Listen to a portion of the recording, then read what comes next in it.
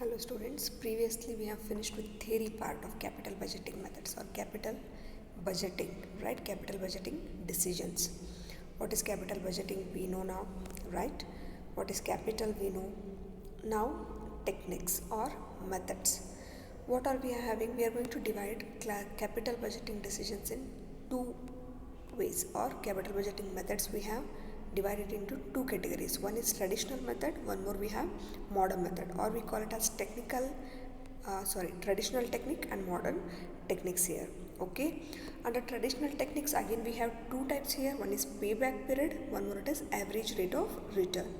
Okay, and if it is in if you consider modern techniques or modern methods, we have four there. Okay, one is net present value, already we have studied, right?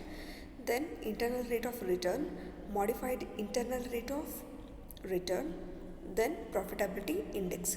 Internal rate of return and modified internal rate of return, similar differences you have. Okay, when slightly difference you have. So first we'll go with payback period method. Okay, this method is the simplest and most widely used method. This is the simple method which is used more wherever it is required. Okay, maximum this method will be used. Then next you have payback period is the time required to recover the initial investment. Okay, what it suggests, initial investment whatever you have, immediately you won't get any returns there. Okay, you will get the returns, but little after sometimes you are going to get the returns there. Initially you won't get any returns on in your investment, means how much you are going to expect, that returns you won't get it. Okay, then a firm is always interested in knowing the amount of time required to recover the investment. Okay, always if the businessman, what they will think, whatever they have invested the amount, in how many years you can recover it, that will be considered here. Okay, so immediately we wanted to know within how much time we are going to get it return. Okay, whatever the investment we made, in how many years you are going to get it back. Okay, along with the profit. Then it is based on the concept of cash flow and it is a non-discounting technique. Okay, means basically it depends on cash flows, inflow and outflow here. Then we are going to categorize it to three. Post payback period. Okay, the duration is excess of payback period till economic life of the project. Okay, payback period, how we are going to consider? Economic life means nothing but estimated life of the asset. Okay, then we are going to minus it with a payback period to get a post payback period here. Then next you have post payback profitability. How we are going to calculate this? It is the amount of profit which a project could earn. Okay, after recovery of initial investments is called payback profitability. Okay, what we call it as, it is amount of profit you're going to get it after recovering your initial investment whatever you have done. That is profit post payback profitability you have. Okay, how we are going to calculate this then? The total earnings from the project minus payback amount. Okay, means initial investment you're going to lessen that in the total earnings what you have in your project. So we call it as profit payback profitability here. Then post payback profit index. Okay, so how to calculate this index now? It is a percentage of extra earnings over the initial investment. Means whatever extra earnings you have, that is, it is a percentage of it. So we call it as what? Profitability index. How are we going to calculate it? Profit post payback profit divided by initial investment into 100. Okay, as it is in percentage you are going to represent, so you have to multiply with 100. So what we are going to consider here, post payback profit we are going to consider here, and you have to divide it with the initial investment how much you have done and multiply with the 100 here. Then next we have discounted payback period. Now this method is an improvement over traditional payback period method. So normally what we have, the first payback period method, this method is just little improve we have, means little additions they have made. Then it is the combination of payback period method and discounted cash flow technique. Okay, means it is a combination of both payback period as well as discounted cash flow techniques. In this method, cash flows a project are discounted to get their present value. So we are going to consider discount factor. Do you remember for how many years, at what percentage discount we used to calculate in time value of money? We have calculated this. Okay, same here you are going to consider discount factor along with the initial investment. Then once the present value of the cash flow is calculated, the procedure to calculate profit before post payback profit, it is remain same as the initial investment. Okay, so what we are going to do after calculation of discounting factor with the cash flows, we have calculated series of cash flows, net present value, right? NPV we have calculated, and future value also we have calculated. It will be helpful here for you. Okay, you are going to here also the same sums will come on NPV method. Okay, this is about discount payback period you have. Then what are the merits? Why we have to apply payback period method? It is easy to calculate and simple to understand. Okay, it is very easy to calculate as well as it is very easy to understand the person who look after it. Then it is very useful in case those industries where there is a lot of uncertainties and instability, because it lays emphasizes on the speedy recovery of investment. This method is very helpful to such type of industries which faces more uncertainties, means which future which cannot expect that it is. Okay, or industries which don't have any stability, means constant, they are not going to work, instability will be there in the working conditions. In such cases recovery will be very fast. The next we have many firm wants to recover their investment as quickly as possible. This method will help them to recover investment very quick. Then it measures liquidity of an investment. What it will do? It measures the liquidity of the investments here. These are the 4 merits you have. Okay. Then what are the demerits then? Whenever for one method you have a pros, you will be having the cons there, right? Merits, whenever there is a merits, there will be a demerits you will be having. This method neglects cash flows occurring after the payback period.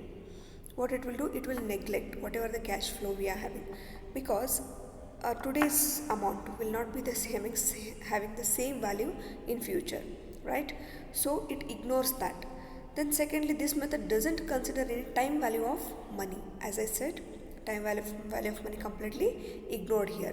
This method does not consider the risk associated with a project. So what it will do, as we are saying, immediately we'll get the returns, initial investment, immediately it will be recovered, right? But whenever there is immediate quick actions, you will be having a uncertainty there, you will be having a more risk there, but you are going to ignore that risk, but you are going to consider only the project which will be having a short period. The next, this method ignores if the factor which is combined very important in taking sound investment decisions, means you cannot take any investment decision or proper investment decision only depending upon this method. Okay. Then next we have formula here, how to calculate this payback period. Payback period, we have initial investment divided by annual cash flow we are going to consider. Then how to consider the means if they are given equal cash flow in all the situations, then you are going to apply the first formula, that is initial investment divided by annual cash flow, if they have given cash flow equal for all the years.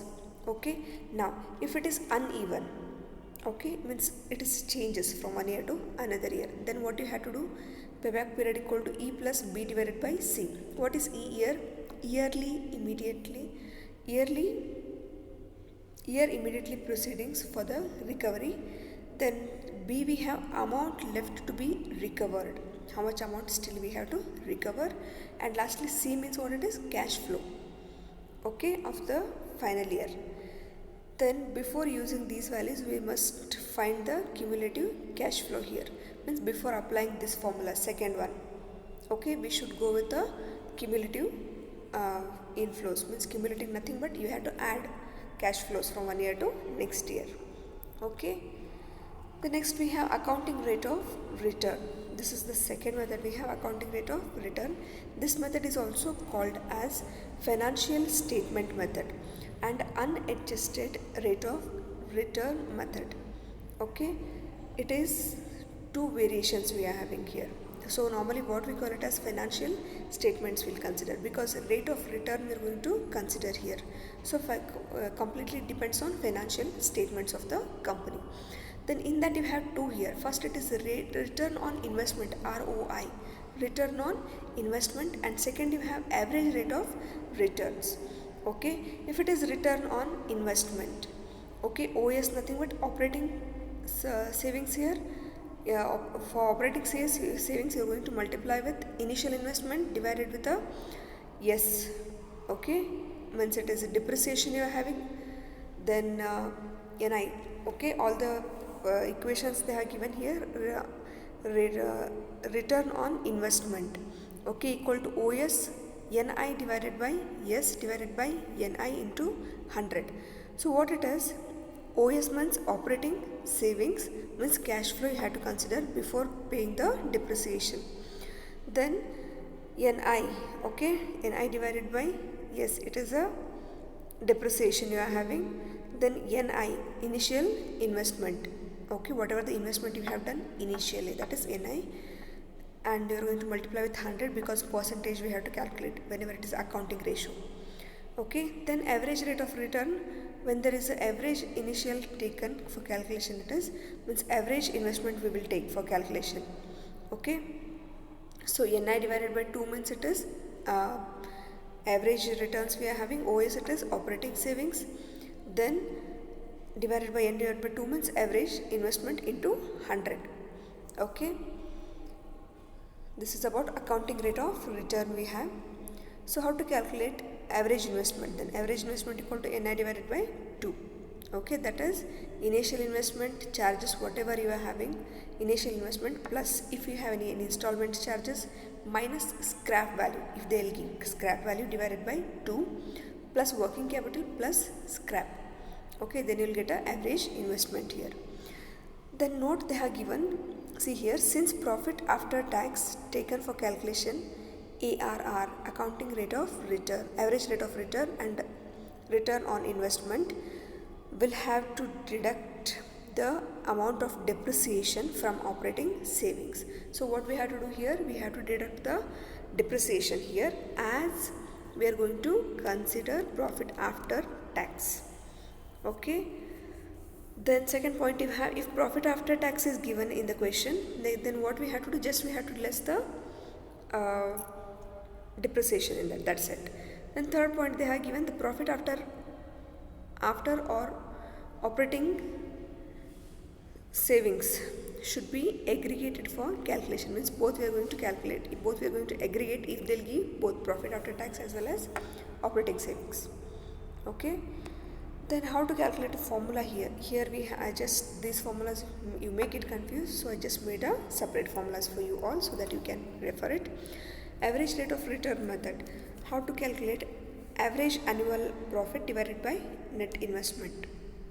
Then how to calculate return per investment method. So average investment, we have to calculate total investment divided by 2. Okay, then you'll get a average investment there. Then how to calculate return per investment method, total profit divided by average investment. Or we can calculate one more, it is average investment equal to total investment divided by number of years. Okay, then average return on range investment. Okay, average investment, it is average return on average investment.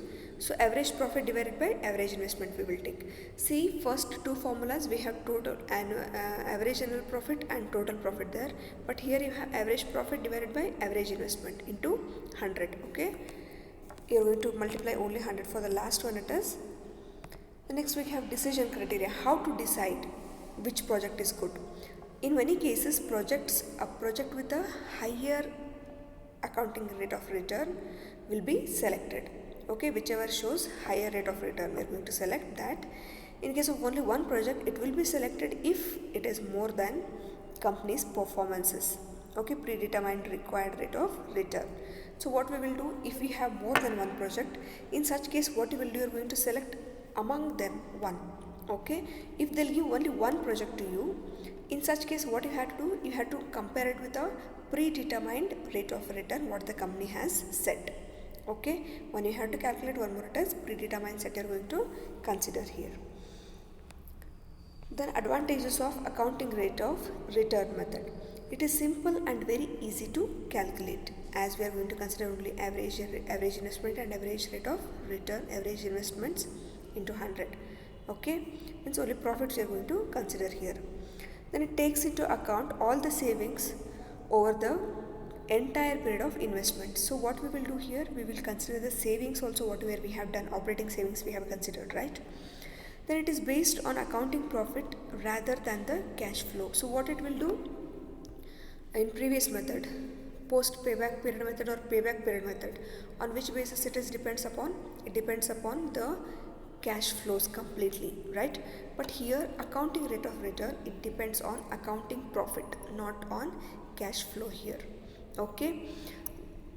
Then it measures the benefit in percentage, which makes the entire which makes very easier to compare with the other projects, okay. As we are going to get percentage answers here, easily you can compare it with, means highest percentage if you get, that will be selected there.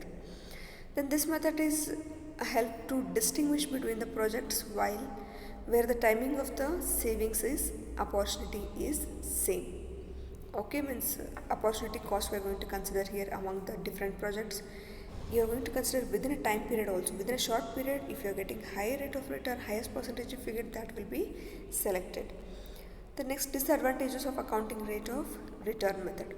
This method ignores the time value of money, like means completely we are going to ignore here also time value of money. Then secondly, like payback period, this method ignores the risk factor, okay. Means we are going to consider only accounting profit here, not the cash flow. So risk factor also been neglected here. Then this method is based on accounting profit rather than the cash flow. So in order to maximize the wealth of the shareholders, cash flow is very much considered. We have to consider it very much, because you are going to consider only accounting rate of return here, only accounting profit you are going to consider. You won't bother about the wealth maximization of creditors. If you have to go with wealth maximization of your shareholders or creditors or any investors, so what you have to do, you have to concentrate on cash flow also, not only on accounting profit here. So this method requires the size of investment, or sometimes ARR, accounting rate of return, may be the same, okay. Size of investment means initial investment whatever you have done, as well as accounting rate of return, if it comes same, okay. It involves the cash flows also, huge cash flows, it may be outflow, okay. So this is regarding two methods we have, accounting first one payback period, and second we have accounting rate of return method, okay. In next class I will explain you about the IRR, internal rate of return methods, modern methods, okay. These are two we have. Which method it is? Traditional methods we are having, okay. So in next class I will explain you about the modern methods, okay. After that we'll start the problems. So first two methods, these two are the traditional methods you have, payback period method as well as accounting rate of return, nothing but average rate of return method it is, okay. Both are one and the same here. If you get any doubt till here, you can get it clarified from me, okay. Meet you all in the next class. Till then, take care.